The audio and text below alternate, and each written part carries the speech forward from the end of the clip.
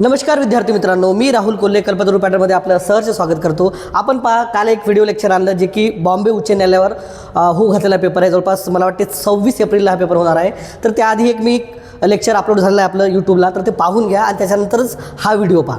जे काही GS मध्ये प्रश्न विचारलेले आहेत, जेवढे काही डीपमध्ये प्रश्न विचारत नाहीत, परंतु तुमची प्रॅक्टिस होण्यासाठी आपण जे काही 2018 आणि 2025 पर्यंत या 7-8 वर्षामध्ये जे काही प्रश्नपत्रिकेमध्ये उच्च न्यायालयावर जे काही प्रश्न विचारले आहेत बॉम्बे उच्च न्यायालयावर, ओके, हायकोर्टावर, ते प्रश्न आपण तुमच्यासाठी घेऊन आले आहेत GSचे. चला तर आपण वेळ न दवडता आजच्या या महत्त्वाच्या सेशनला सुरुवात करूया. पहा, पहिला प्रश्न असा आहे की खालीलपैकी कोणत्या रोगाचा प्रसार पाण्यामार्फत होतो? तर पाण्यामार्फत होणारा रोग इथे सर्वच आहेत. वरील सर्व तुम्हाला जे दिसतील, विषम ज्वर, कावीळ आणि अतिसार. अतिसार म्हणजे टायफॉइड म्हणतो आपण, जीवाणूमुळे होतो आणि एक दूषित पाण्यामुळे आणि अन्नामधून होतो. ओके, दूषित अन्नामधून होतो तो. कावीळ झालं, हेपॅटायटिस ए आणि हेपॅटायटिस ई म्हणतो आपण त्याला.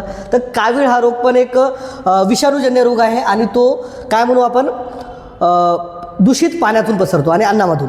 त्यानंतर विषम ज्वर, टायफॉइड, हा पण एक जीवाणूजन्य रोग आहे. सॅल्मोनेला टायफी आपल्याला माहीत आहे. ओके, तर हा जीवाणूजन्य रोग आहे. हा परत दूषित पाण्यापासून पसरतो. आपल्याला विचारला आहे रोगाचा प्रसार पाण्यामार्फत होतो. तर या पाण्यामार्फत अतिसार झालं, कावीळ झालं आणि विषम ज्वर, हे तिन्ही जर तुम्हाला रोग दिसतील तर हे तिन्ही रोग तुम्हाला काय म्हणू आपण, पाण्यामार्फत होतात. ओके, खराब पाण्यामुळे हे रोग होतात, लक्षात ठेवा. आणि खराब अन्नामुळे पण होतात. तर येतो वरील सर्व आन्सर आहे, लक्षात ठेवा. ओके, नेक्स्ट क्वेश्चन पहा. भारतामध्ये मेट्रो ट्रेन इथं पहिली पाहिजे होतं, कोणत्या शहरामध्ये सुरू करण्यात आली? पहिली ट्रेन. ओके, पहिली मेट्रो. तर पहिली मेट्रो आपल्याला माहिती आहे कलकत्ता येथे सुरू करण्यात आलेली आहे, लक्षात ठेवा. कोलकाता, पहिले याला कलकत्ता म्हणायचे. 1984, लक्षात ठेवा. 1984ला पहिल्यांदा भारतामध्ये मेट्रो ट्रेन धावली. ती कुठे धावली आहे? कलकत्त्याला आहे. ओके, कोलकाता आहे म्हणजे. दिल्लीला 2002मध्ये. तर हे भारतातील सर्वाधिक मोठं जाळं आहे मेट्रोचं. कुठं? दिल्लीला, लक्षात ठेवा. त्यानंतर मुंबईला 2014मध्ये. मुंबई आपण वर्सोवा वगैरे पाहतो ज्या भागामध्ये, तर मुंबई आणि ठाण्यामध्ये ते पसरलेलं आहे. तर इथे बी मेट्रोचं जाळं खूप आहे, लक्षात ठेवा. सर्वाधिक दाट जाळं जर म्हणलं सर्वाधिक तर दिल्लीला आहे. आणि पहिली रेल्वे काय म्हणू आपण, त्याला काय म्हणू आपण, मेट्रो ट्रेन, तर कुठं धावली पहिली? तर पहिली धावलेली आहे कुठे? 1984ला कोलकाता इथं. तर लक्षात ठेवा. ओके, आणि भारताची पहिली ट्रेन माहीत असेल तुम्हाला? भारताची पहिली ट्रेन विचारतात 1853ला धावली आहे. भारताची पहिली रेल्वेवर प्रश्न विचारतात. भारताची पहिली रेल्वे ही धावली आहे 1853ला. 16 एप्रिल तारीख लक्षात ठेवा. का? कारण 16 एप्रिल हा आपला रेल्वे दिन आहे, राष्ट्रीय रेल्वे दिन. या दिवशी आपण साजरा करतो 16 एप्रिलला, कारण पहिली रेल्वे चालू झाली होती. ओके, 3 इंजिन होते त्याला. सुलतान एक होतं, साहेब होतं एक. सुलतान एवढं विचारतात बरं, सुलतान, साहेब. ओके, आणि एक मला इंजिनचं नाव कमेंट करून सांगा. 3 होते, 1, 2 आणि 3. ओके, हे 1953ला धावली. आणि रेल्वेचे जनक म्हणतात, भारतातील रेल्वेचे जनक विचारतात आपल्याला, तर लॉर्ड डलहौसी, लक्षात ठेवा.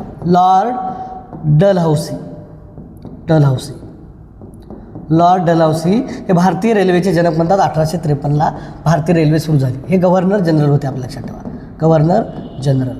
ओके, भारताचे गव्हर्नर लॉर्ड डलहौसी यांच्या काळात झाले आहे. ओके, ही जवळपास 34 किलोमीटर धावलेली, लक्षात ठेवा. 34 किलोमीटर पहिली ट्रेनबद्दल सांगत आहे तुम्हाला.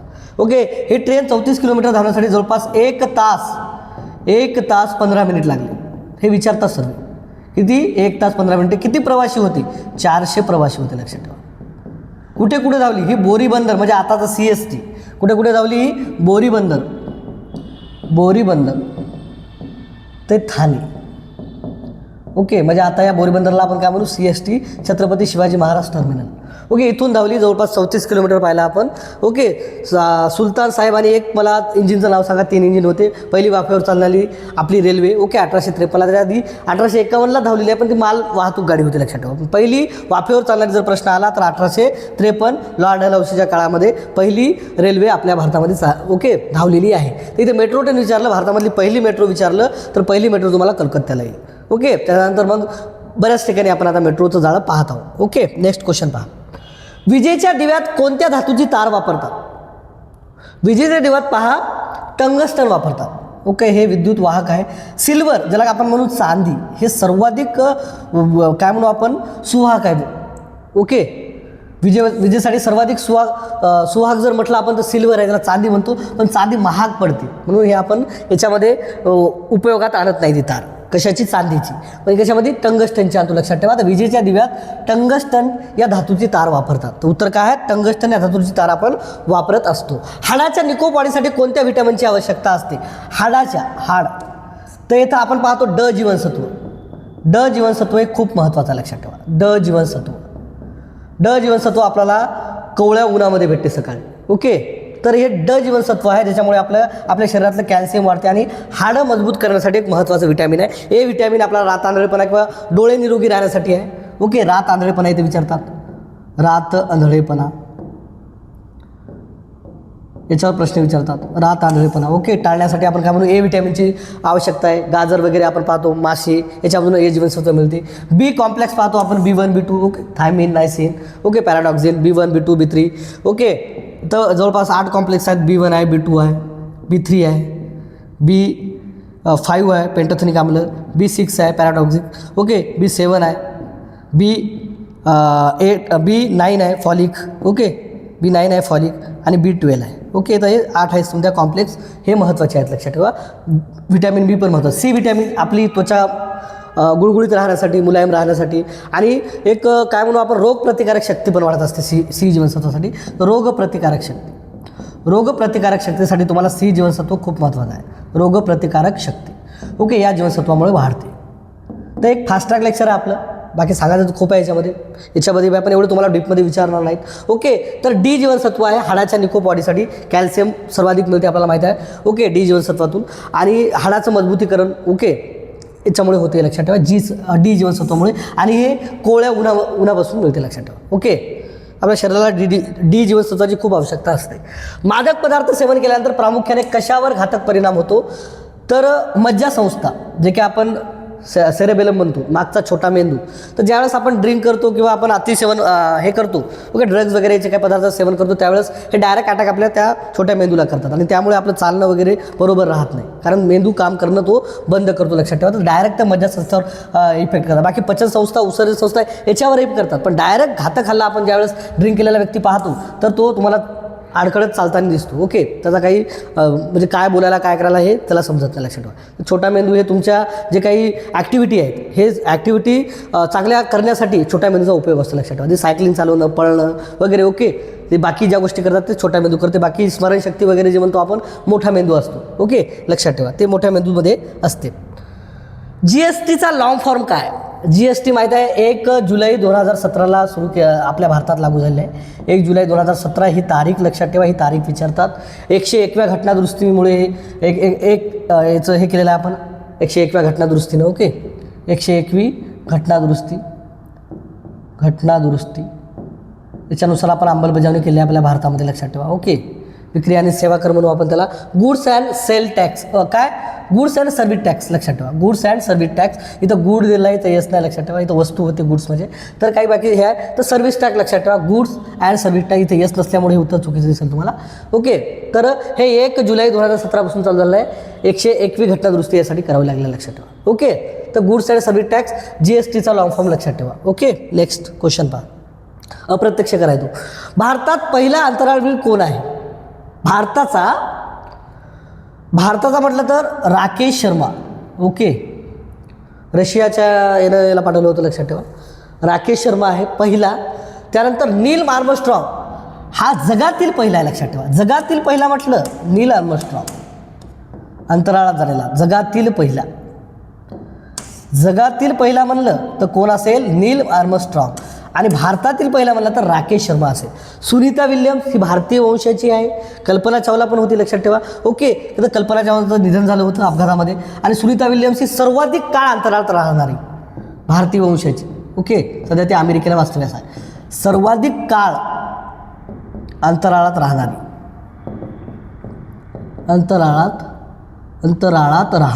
लक्षात ठेवा ओके. सुनीता विल्यम्स दिसेल तुम्हाला. आणि कल्पना चावला हिचा अपघात झाला होता. लक्षात ठेवा ओके. राकेश शर्मा ज्यावेळेस भारतामध्ये गेले होते तेव्हा इंदिरा गांधींना त्यांनी काय सांगितलं होतं की सारे जहाँ से अच्छा हिंदुस्तान हमारा ओके. वरून कसा दिसतो भारत तर सारे जहाँ से अच्छा. तर राकेश शर्मा हा भारताचा पहिला आहे. लक्षात ठेवा. अंतराळवीर. जगातला म्हटलं तर नील आर्मस्ट्रॉंग. पहिली स्त्री म्हटलं महिला म्हटलं तर कल्पना चावला. दुसरी म्हटलं तर सुनीता विल्यम्स. सर्वाधिक काळ जर म्हटलं तर सुनीता विल्यम्स ओके. पहिली म्हटलं तर कल्पना चावला ही पहिली अंतराळवीर आहे. शरीराचा तोल सांभाळण्याचे काम कोणाकडून केले जाते? आता सांगितलं मी, लहान मेंदू. डायरेक्ट मज्जा संस्थेवर परिणाम होते. आणि याचा उपयोग म्हणजे जे काही चालतो आपण, पळतो, धावतो, सायकलिंग करतो, तर यासाठी लहान मेंदू हा कार्यशील असतो, लक्षात ठेवा. तर शरीराचा तोल सांभाळतो तो, लक्षात ठेवा. ओके, लहान मेंदू. त्यानंतर पहा, चवदार तळे सत्याग्रह कुठे झाला? शताब्दी वर्ष चालू आहे, यावर प्रश्न विचारू शकतात. चवदार तळे सत्याग्रह झाला आहे महाडला. महाड कुठे येते? रायगडला. जिल्हा विचारू शकतात, रायगड. महाड हे चवदार तळे कुठे येते? रायगडला. याची तारीख विचारतात, लक्षात ठेवा. 20 मार्च 1927 चवदार तळे सत्याग्रह झाला. ओके, तर या नुसतं पाण्यासाठी संघर्ष नव्हता, जाती व्यवस्थेविरोधात होता असं बाबासाहेब म्हणतात. तर हे 20 मार्च 1927ला सत्याग्रह झाला आहे. आता सध्या शताब्दी वर्ष चालू आहे, पुढच्या वेळी 100 वर्ष होतात. यावर प्रश्न विचारू शकतात. महाड इथे झाला आहे चवदार तळे सत्याग्रह 1927ला केला. कोणी केला? डॉक्टर बाबासाहेब आंबेडकर यांनी केला. नेक्स्ट क्वेश्चन पहा, कवी त्र्यंबक बाबूजी ढोंबरे याला काय म्हणतात? तर हे बालकवी होते. वयाच्या 13 वर्षी त्यांना कविता लिहिल्या आहेत, लक्षात ठेवा. बालकवी आहेत, लक्षात ठेवा. जे काही तुम्हाला कविता दिसतात, ओके, तर हे त्याच्यापैकी बऱ्याच कविता यांनी त्र्यंबक बाबूजी ढोंबरे यांनी लिहिलेल्या आहेत, तर त्याला बालकवी म्हणतात, लक्षात ठेवा. ओके, कृष्णाजी केशव दामले, केशवसूत आहेत, नाव विचारू शकतात. कृष्णाजी केशव दामले,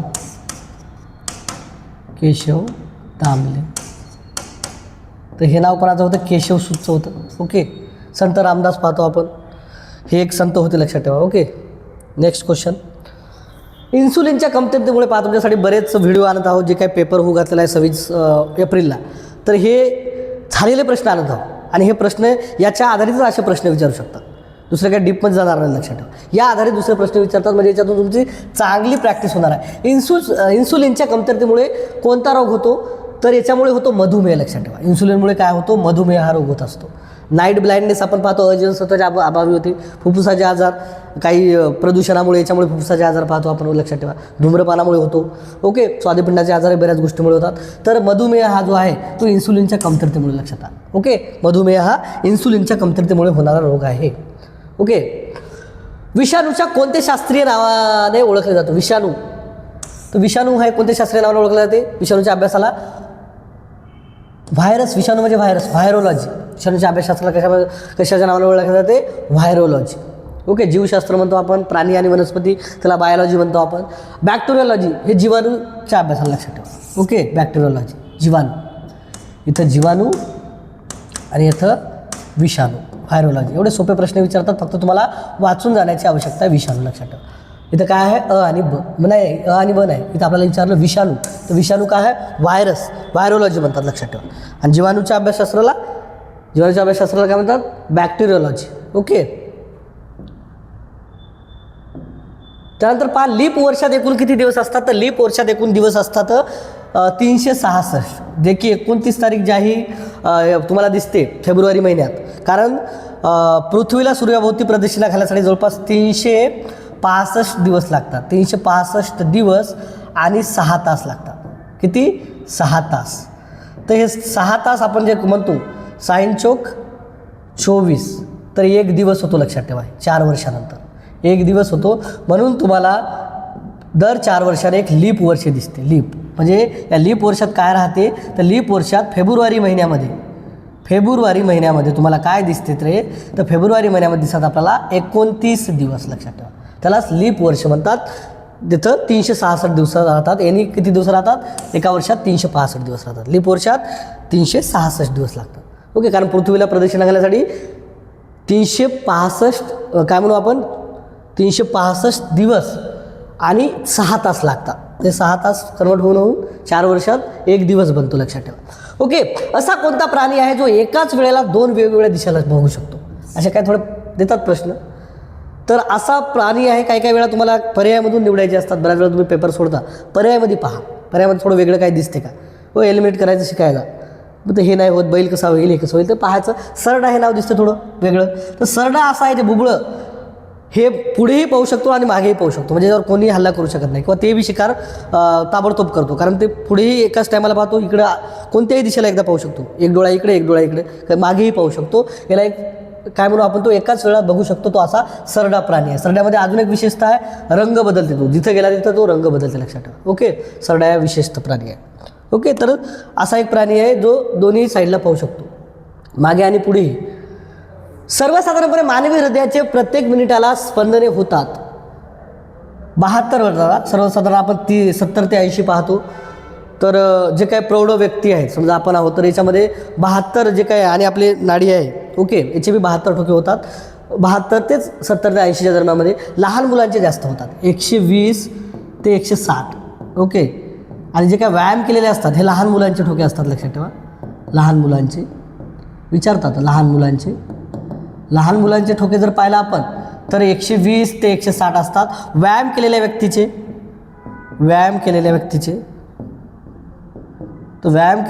तुम्हाला दिसतील, पहा. व्यायाम केलेल्या व्यक्तीचे दिसतील तुम्हाला किती, जवळपास 40 ते 60 कमी राहतात, लक्षात ठेवा. 40 ते 60 एवढे ठोके पडतात, 40 ते 60. तर इथं आपल्याला पाहिजे होतं, आपण प्रौढ व्यक्तीचे पाहतो सर्वसाधारण मानवी हृदयाचे प्रत्येक मिनिटाला ठोके पडतात, तर ते 72 पडतात, लक्षात ठेवा. 72. लहान मुलांचे जास्त पडतात, 120 ते 160च्या याच्यामध्ये दरम्यान पडतात ते. जायकवाडी धरण कोणत्या नदीवर बांधण्यात आलं आहे? जायकवाडी धरण आहे छत्रपती संभाजीनगरमध्ये. याच्यामध्ये प्रश्न अजून विचारतात. छत्रपती संभाजीनगरमध्ये, पैठणजवळ, लक्षात ठेवा. संभाजीनगर, ओके, छत्रपती संभाजीनगर, पैठण येतं, ओके. तर हे धरण गोदावरी नदीवर आहे, लक्षात ठेवा. गोदावरी नदीवर आहे छत्रपती संभाजीनगर इथं, ओके. नाथसागर म्हणतात याला अजून नाव काय आहे, नाथसागर, ओके, नाथसागर. या धरणाला काय म्हणतात, नाथसागर, लक्षात ठेवा. नाथसागर नाव विचारू शकतात, जे की जायकवाडी धरणाला कोणतं नाव आहे, नाथसागर आहे. गोदावरी नदीवर आहे, खूप मोठा आहे, लक्षात ठेवा, ओके. जालना आणि छत्रपती संभाजीनगरला पाणी पुरवठा करते, वीज निर्मिती पण होते. कृष्णाची कोयना नदी आहे, लक्षात ठेवा, उपनदी कोयना. याच्यावर धरण विचारतात, कोयनावर धरण आहे, ओके. शिवसागर, त्याला आता छत्रपती शिवाजी महाराज नाव दिलं आहे, छत्रपती शिवाजी महाराज जलाशय, शिवाजी महाराज जलाशय. याला पहिले शिवसागर होतं, लक्षात ठेवा. छत्रपती शिवाजी महाराज जलाशय. नवं नाव विचारू शकता, कधी जुनं बी विचारू शकता. सर्व नवं विचारायची शक्यता आहे. हेच कोयना धरण कोणतं होतं, शिवसागर होतं, लक्षात ठेवा. शिवसागर. महाराष्ट्राची भाग्यलक्ष्मी म्हटलं जाते या धरणाला. कोयना धरणाला काय म्हटलं जाते, कोयना धरणाला महाराष्ट्राची भाग्यलक्ष्मी, ओके. महाराष्ट्राची भाग्यलक्ष्मी, ओके. अतिशय जास्त वीज पुरवठा म्हणजे वीज निर्मिती याच्यातून केली जाते, लक्षात ठेवा. तर हे विचारतात. कोयना नदीवरचं त्याचं नाव बदललं, छत्रपती शिवाजी महाराज जलाशय केलं, चौघडामध्ये विचारतील. मुळा आहे, मुळा मोठा नदी आपण पाहतो कुठे, पुण्यामध्ये. त्यानंतर प्रवरा आहे, भंडारदरा धरण आहे प्रवरा नदीवर, Bhandardara, Wilson dam, okay. Arthur lake म्हणतो आपण याला, भंडारदराला काय म्हणतो, Arthur lake, okay, Arthur lake. तर भंडारदरा आहे प्रवरा, ओके, गोदावरीची उपनदी आहे. आणि भंडारदरा धरण कुठे येते, अहिल्यानगरमध्ये येते, लक्षात ठेवा, ओके. काही गोष्टी लिहित नाही पण लक्षात ठेवा.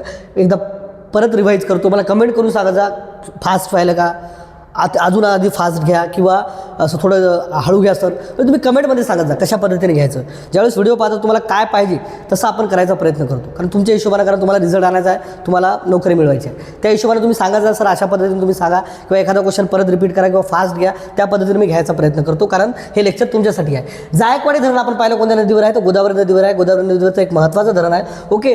तर त्याला नाथसागर हे नाव आहे. कुठे आहे, छत्रपती संभाजीनगरमध्ये, कुठे, पैठण येथे, ओके. त्यानंतर आपण पाहिलं कृष्णेची उपनदी कोयना नदी, कोयनावर शिवसागर जलाशयाचं नाव आता झालं आहे छत्रपती शिवाजी महाराज जलाशय. आणि महाराष्ट्राची भाग्यलक्ष्मी म्हणून ओळखलं जाते, कारण इथं बराच जे काय आहे याच्यामधून वीज निर्मिती केली जाते, लक्षात ठेवा. त्यानंतर आपण पाहिलं भंडारदरा धरण प्रवरा नदीवर. प्रवरा ही गोदावरीची उपनदी आहे. आणि भंडारदरा धरण हे कुठे आहे, अहिल्यानगर येते. त्याला अजून काय म्हणतात, भंडारदरा धरणाला आर्थर लेक म्हणतात, ओके. म्हणजे याच्यातून किती बरेच प्रश्न तुमचे कव्हर व्हायले, जे की विचारल्या जातात, ओके. वरवरचे क्वेश्चन आहेत, एकदम काय डिप नाही, लक्षात ठेवा, ओके. पहा नेक्स्ट क्वेश्चन पहा. त्रिपिटक हा ग्रंथ हा बौद्ध धर्माशी संबंधित आहे. त्रिपिटक 3 टोपल्या म्हणतो आपण मराठीमध्ये, बुद्ध धर्माशी संबंधित आहे, पाली भाषेत आहे. अजून विचारू शकतात कोणत्या भाषेमध्ये आहे, पाली भाषेत आहे. विनयपिटक, सुत्तपिटक, ओके, धम्मपिटक असे याचे नाव आहेत, लक्षात ठेवा. विनयपिटकामध्ये भिक्खूंसाठी म्हणजे जे काय भंती राहतात त्यासाठी नियम सांगितले आहेत. बाकी सुत्तपिटक म्हणतो आपण भगवान बुद्धाचा जे काय उपदेश आहे त्याच्यामध्ये सांगितलेलं आहे, ओके. अभिधम्मपिटक जे आहे त्याच्यामध्ये बौद्ध धर्माशी जे काही संबंधित आहेत नॉलेज, त्याला काय म्हणू आपण, विचारशैली, ते सांगलेली आहे याच्यामध्ये. तर 3 पिटक आहेत, त्रिपिटक म्हणून आहे ते, ओके. 3 टोपल्या म्हणतो आपण मराठीमध्ये. तर बुद्ध धर्माशी संबंधित आहे, लक्षात ठेवा, ओके. हे पारशी धर्माशी संबंधित आहे, झोरोस्ट्रियन. जैन धर्माशी आपण आगम ग्रंथ पाहतो, आगम, ओके. जैन धर्माचे 24 तीर्थंकर आपण पाहतो, कोण, ऋषभदेव पहिले आहेत आणि 24 कोण आहेत, आपले भगवान महावीर त्याच्यामध्ये संबंधित विचारतात. वैदिक कर्मकांड हिंदू धर्माशी संबंधित आहे. ओके, यजुर्वेद, सामवेद, ऋग्वेद आपण पाहतो. तर या गोष्टी आहेत इथे विचारतात. बुद्ध धर्म, जैन धर्म मॅक्झिमम विचारतात, बाकीही विचारतात. तर इथं पाली भाषेत आहे बुद्ध धर्म. त्रिपिटक ग्रंथ आहे, लक्षात ठेवा. ओके, त्रिपिटक हा ग्रंथ बौद्ध धर्माशी संबंधित आहे. नेक्स्ट क्वेश्चन पहा. राष्ट्रीय वंदे मातरम कोणी लिहिले? राष्ट्रीय गीत वंदे मातरम कोणी लिहिले? तर बंकिमचंद्र चॅटर्जी. राष्ट्रगीत म्हणले जनगण मन. जनगण मन म्हणता आपण म्हणतो, हे कोण म्हणलं? तर हे कोण म्हणलं आहे पहा, तर हे म्हणलेलं आहे रवींद्रनाथ टागोर यांनी. ओके, आणि आपलं राष्ट्रीय गीत म्हटलं वंदे मातरम, तर हे वंदे मातरम बंकिमचंद्र चॅटर्जी यांनी. वंदे मातरम. ओके, मातरम. ओके, ते संस्कृत भाषेमध्ये आहे. बंकिमचंद्र चॅटर्जी यांनी लिहिलेलं आहे, लक्षात ठेवा. ओके, आणि अरविंद घोष यांचं वंदे मातरम एक साप्ताहिक एक काय वृत्तपत्र होतं. अरविंद घोष वंदे मातरम वृत्तपत्र होतं, लक्षात ठेवा. आणि या गीताचं जे काय आहे ते इंग्रजी व्हर्जन त्यांनी केलं होतं अरविंद घोषने. म्हणून इथं अरविंद घोष एक पर्याय देतो. बंकिमचंद्र चॅटर्जी यांनी लिहिलेलं आहे, लक्षात ठेवा. ओके, तर ते कोणत्या कादंबरीतून घेतलं हे मला तुम्ही कमेंट करून सांगा. कोणती कादंबरी आहे ते? ओके, कोणत्या कादंबरीमधून वंदे मातरम घेतलं बंकिमचंद्र चॅटर्जीनं? आणि विशेष म्हणजे हे 1896च्या कलकत्ता अधिवेशनात, काँग्रेसच्या अधिवेशनात, ओके, राष्ट्रीय सभेच्या अधिवेशनात हे गायला गेलं होतं प्रथमतः. ओके, सयानी याचे काय म्हणतो आपण अध्यक्ष होते. ओके, आणि रवींद्रनाथ टागोर यांनी राष्ट्रगीत गायलं होतं, हे केलं होतं. तर ते 1911मध्ये, लक्षात ठेवा. ओके, 1911. ओके, पंडित विश्वनारायण धर याचे अध्यक्ष होते. 1911ला हे राष्ट्रगीत गायला गेले, जनगण मन. ओके, जनगण मन. 1896ला हे राष्ट्रीय सभेच्या, म्हणजे त्याला काय म्हणू आपण, राष्ट्रीय काँग्रेसच्या अधिवेशनात. ओके, ते विचारतात, लक्षात ठेवा, अधिवेशन. इथं पहिल्यांदा वंदे मातरम हे गीत गायला गेलं होतं, जे बंकिमचंद्र चॅटर्जी यांनी केलेलं आहे. ओके, नेक्स्ट क्वेश्चन पाहू आपण. तर वंदे मातरम हे गीत कोण? बंकिमचंद्र चॅटर्जी. आणि जनगण मन कोण? रवींद्रनाथ टागोर. महाराष्ट्राला एकूण किती सेकंद लागतात जनगणला? हे प्रश्न बरेच वेळा 52 सेकंद. सोपे प्रश्न विचारतात. महाराष्ट्राला एकूण किती किमीचा समुद्र किनारा लाभला? आता वाढलेला आहे, 877 जवळपास काहीतरी झालं आहे. 720 किलोमीटर. जुन्याच विचारतील तुम्हाला. 720 किलोमीटर. समथिंग 5600 काहीतरी होता पहिले. आता तो जवळपास किती झाला माहिती आहे का? 11,000च्या वर गेला तो, लक्षात ठेवा. ओके, आणि सर्वाधिक जे आहे समुद्रकिनारा लाभलेला आहे, लक्षात ठेवा. हे विचारतात बरेच वेळा प्रश्न. सर्वाधिक समुद्रकिनारा लाभलेले राज्य. सर्वाधिक समुद्रकिनारा. ओके, किनारा लाभलेले राज्य. तर याच्यामध्ये तुम्हाला विचारतात, पहा हे लाभलेलं राज्य कोणतं आहे? तर हे आहे गुजरात, लक्षात ठेवा बरोबर. हे कोणतं आहे? गुजरात. सर्वाधिक आहे. पहिले 1200 समथिंग काहीतरी होता, आता तो 2300च्या घरात गेलेला, लक्षात ठेवा. सर्वाधिक, तेव्हा बी सर्वाधिक, आता बी सर्वाधिक. सर्वात कमी विचारतात. ओके, सर्वाधिक विचारलं इथं. सर्वात कमी गोव्याला. सर्वात कमी गोव्याला 101 पर्यंत दाखवायचे ते पहिले, आता 193 पर्यंत गेला. सर्वात कमी गोवा. ओके, महाराष्ट्रात विचारतात, तर महाराष्ट्रामध्ये सर्वाधिक रत्नागिरीला लाभलेला, लक्षात ठेवा. रत्नागिरी. जुनी आकडेवारी सांगालो. रत्नागिरीला 237. ओके, रत्नागिरीला 237 किलोमीटर लाभलेला आहे. सर्वात कमी जर विचारलं तर ठाणेला लाभलेला आहे. ओके, ठाण्याला किती लाभलेला आहे? 25 किलोमीटर. सर्वाधिक म्हटलं तर गुजरात, सर्वात कमी म्हटलं तर गोवा. आपल्या महाराष्ट्रात म्हटलं तर रत्नागिरीला सर्वाधिक लाभला, आणि सर्वाधिक कमी म्हटलं तर ठाण्याला लाभला. मुंबई शहर आणि मुंबई उपनगराला 114 आहे, लक्षात ठेवा. रायगडला 122 आहे, लक्षात. सिंधुदुर्गला 121 आहे, लक्षात. ते अशा समुद्रकिनारे लाभलेले आहेत. 720 किलोमीटर लांबी. आता जवळपास 877च्या जवळपास गेलेली आहे ती. बटाटा हे आहे. बटाटा हे काय आहे? खोड आहे, लक्षात ठेवा. मूळ बीळ नाही, खोड आहे, लक्षात ठेवा. बटाटा एक खोड आहे. ओके, एक महत्त्वाचं पीक आहे बटाट्याचं. तांदूळ वगैरे आपण जे गहू पाहतो त्यानंतर 3 नंबरला बटाटा याचं उत्पादन होतं, लक्षात ठेवा. ओके, खोड आहे. तंबाखूमध्ये हा विषारी द्रव्य असतो. तंबाखूमध्ये निकोटीन असते ना. काय असते? निकोटीन. ओके, आपण पाहतो बऱ्याच कॅन्सर होतो याच्यामुळे, लक्षात ठेवा. निकोटीनमुळे काय होते? तर विषारी द्रव हा तंबाखूमध्ये कोणता असतो? निकोटीन असतो. कॅफिन, टॅनिन वगैरे आपण चहामध्ये पाहतो. ओके, लक्षात ठेवा. कॅफिन का आपण याच्यामध्ये पाहतो. कॅफिन म्हणजे कॉफी. ओके, तर हे विषारी असतात, हे काही हे नसतात, ऊर्जा आणतात पण तेवढं नुकसान पण करतात आपलं. चंद्रयान-3 चंद्राच्या कोणत्या पृष्ठभागावर उतरलेले आहे? तर चंद्रयान-3 तुम्हाला दिसते दक्षिण भागावर उतरलेलं, लक्षात ठेवा. पहिला भारत देश दिसतो तुम्हाला चंद्रयान-3 उतरलेलं, लक्षात ठेवा. ओके, नेक्स्ट क्वेश्चन पहा. महाराष्ट्रातील पश्चिम घाटाला काय म्हणून ओळखले जाते? सह्याद्री पर्वतरांग. ओके, कळसुबाई नाही, कळसुबाई शिखर आहे 1646 किलो, काय म्हणू आपण त्याला, 1646 मीटर, 1646 मीटर याच्यावर विचारतात. कळसुबाई महाराष्ट्राचं एव्हरेस्ट शिखर. सह्याद्री पर्वतरांग म्हणतात. सह्याद्री पर्वतरांगाने आपण पाहतो देश आणि कोकण वेगळं झालेलं, लक्षात ठेवा. ओके, पश्चिम पर्वतरांग युनेस्को दर्जा दिला आहे त्याला. ओके, तर ती सह्याद्री पर्वतरांग आहे. कोणती? सह्याद्री पर्वतरांग. महाराष्ट्रातील पश्चिम घाटाला काय म्हणतात? सह्याद्री पर्वतरांग. खालीलपैकी यांना लोहपुरुष म्हणतात. लोहपुरुष कोण? सरदार वल्लभभाई पटेल.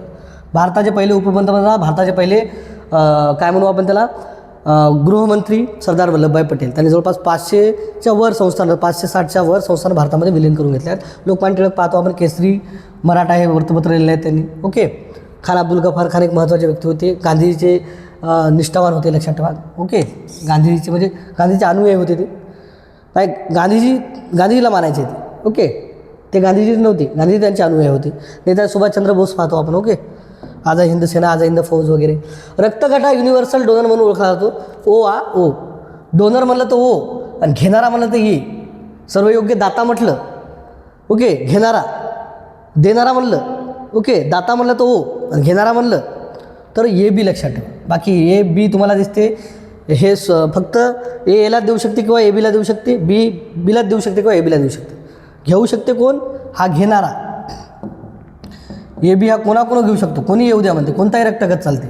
आणि ओ देणारा, कोणालाही रक्तगट देऊ शकतो हा, लक्षात ठेवा. ए बीला ए बीच लागते पण, तर घेणारा ए बी. ओके, कोणाचं घेऊ शकते तो.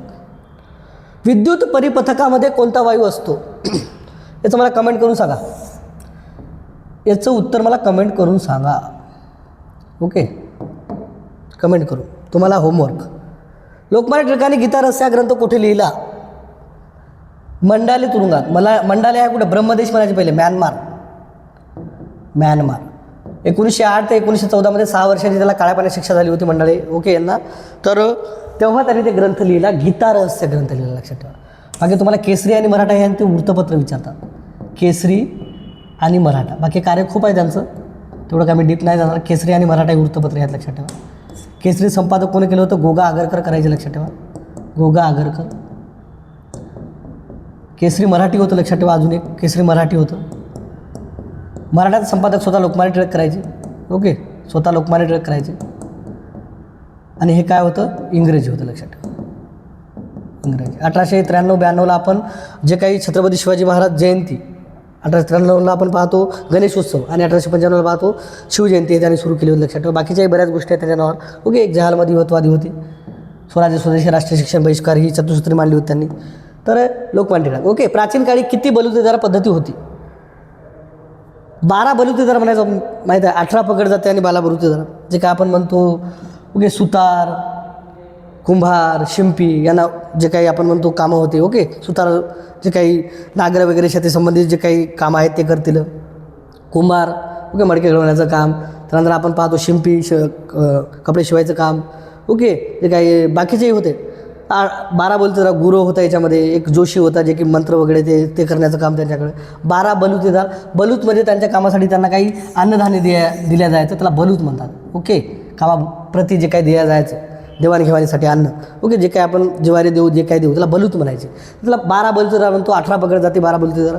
ओके, तर आता आपल्याला माहिती आहे किती जाती आहेत, लक्षात ठेवा. तर हे 12 बलुतेदार. तो प्राचीन काळी किती बलुतेदार होते? 12.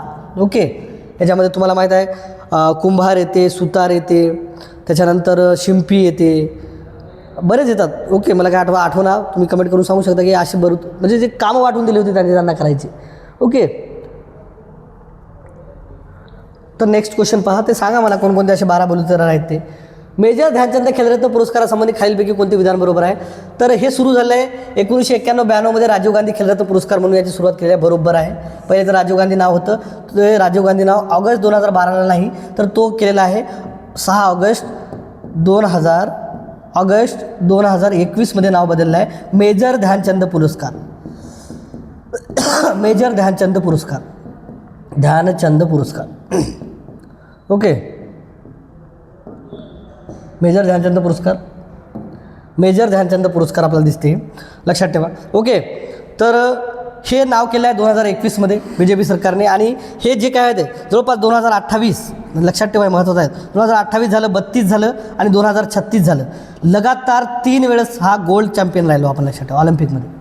तर म्हणून याचा जो काही जन्मदिवस दिसते आपल्याला मेजर ध्यानचंद यांचा 29 ऑगस्ट हा आपला राष्ट्रीय खेळ दिवस आहे, लक्षात ठेवा. ओके, 29 ऑगस्ट राष्ट्रीय खेळ दिवस आहे, राष्ट्रीय खेळ. आता हॉकीबद्दल आपल्याला माहीत नाही, आपण क्रिकेटच पाहणारे लोक, तर हे हॉकीचे जादूगर म्हणून ओळखायचे त्यांना. तर याच जादूगर पायी त्यांना नाही का, जे काही जर्मनीचा हिटलर म्हणतो आपण, त्यांना नाही का त्याच्यामध्ये मोठं पद द्यायचं त्याला हे केलं होतं, म्हणजे देतो म्हणून, तू फक्त आमच्या देशातून हे कर. ओके, एवढा जबरदस्त तो हॉकीचा जादूगर होता. हिटलरने त्याला ऑफर दिली होती. 29 ऑगस्ट याच्यावर प्रश्न विचारतात. तो राष्ट्रीय खेळ आपण आपला दिन म्हणून साजरा करतो, जे म्हणजे मेजर ध्यानचंद पुरस्कार. पहिले राजीव गांधी खेलरत्न पुरस्कार 1991-92 सुरुवात झाला आणि 2021 पासून या नावाला काय ओळखू लागलं, मेजर ध्यानचंद पुरस्कार. कारण त्यांनी सलग 2028, 2000 नाही रे बा, चुकले, 1928, 1932 आणि 1936 सलग 3 ऑलिम्पिकमध्ये यांनी, ओके, 4-4 वर्षांमध्ये ऑलिम्पिक स्पर्धा होती, बर्लिन वगैरे त्यावेळेस स्पर्धा झाली होती, तिथं त्यांनी सलग 3 वेळा गोल्ड चॅम्पियन आपल्या भारताला जिंकून दिलं. बाबा 400 गोल याच्या नावावर आहेत, लक्षात ठेवा, 400 गोल. ओके, 400 गोल.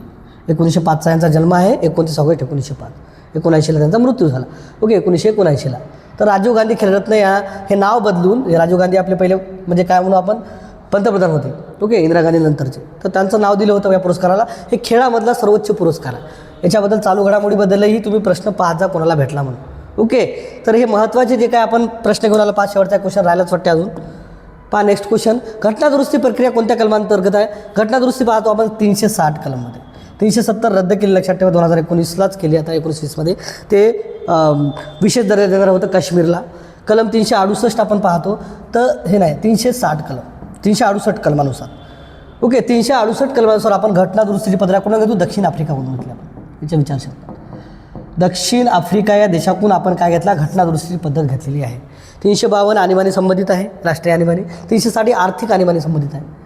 ओके, आर्थिक आणीबाणी त्या लावायची गरज पडली नाही आपल्याला. आर्थिक आणीबाणी 1992ला आपण खूप याच्यामध्ये गेलो संकटामध्ये, त्यानंतर त्यावेळेस आपल्याला मनमोहन सिंग यांनी यानं वाचवलेलं, लक्षात ठेवा, मनमोहन सिंग आणि PV सिंग यांनी, PV नरसिंगराव. ओके, आणि 352 ही काय म्हणू आपण, राष्ट्रीय आणीबाणी संबंधित आहे. जेव्हा काही युद्धजन्य परिस्थिती होती त्यावेळेस ती लावल्या जाते. आर्थिक आणीबाणी 360वर कलम विचारतात, लक्षात ठेवा. इथं आहे घटनादुरुस्तीची प्रक्रिया दिली आहे भारतीय संविधानामध्ये. कारण भारतीय संविधान इतकं ब्रिटिश राज्यघटने इतकं लवचिक नाही, म्हणजे एखादी गोष्ट डायरेक्टच आपण घटनादुरुस्ती करू शकतो असं नाही.